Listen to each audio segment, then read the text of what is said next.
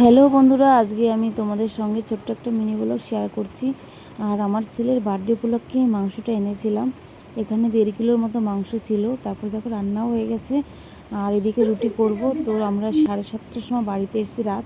তারপরে এসে কিন্তু রান্না টান্না করেছি। আর এদিকে কেকটা এনেছি, ওর পছন্দও হয়েছে। প্রথম দিকে মন খারাপ ছিল ওর, যে এখানে জন্মদিন করব না। ওর ইচ্ছা ছিল মামাবাড়িতে জন্মদিনটা করবে। তো তারপরে দেখো ও বলছিল আমার জন্মদিনতে কোনো লোক হবে না, কেউ আসবে না, এইভাবে করছো। তো পরে কিন্তু অনেক খুশি হয়েছে, আমি সবাইকে ডেকে নিয়ে এসেছি। তারপরে দেখো ও নিজে হাতে বেলুনগুলো ফুলিয়েছি। আর তারপরে এই যে দেখো কেক কাটা কমপ্লিট হয়ে গেছে, সেটা আমি তুলতে পারিনি। আর তারপরে দেখো কত মজা করছে, কত আনন্দ পেয়েছে। তো ওর জন্মদিন সেভাবে কিন্তু আমরা করতে পারিনি, কোনো রকম করতে হয় সেটাই করেছি। দেখো কত মানে আনন্দ সবাই।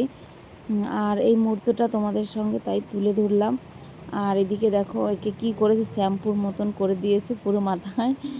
আর তারপরে দেখো ঠাকুমাকেও দিয়েছে এগুলো। আর মামারা কেউ আসতে পারেনি, সবাইকে ভিডিও কল করেছি, সবাই ভিডিও কলে ওকে উইশ করেছে। আর ওর গিফটটাও মামা বলেছে পরের দিন দিয়ে দেবে। তো এই পর্যন্ত ছিল। আর দেখো আমি তারপরে হাত কাটা অবস্থায় আমার কিন্তু হাতের ওখানটা অনেকটা কেটে গেছে, অনেকটা ইনফেকশন হয়ে গেছিলো।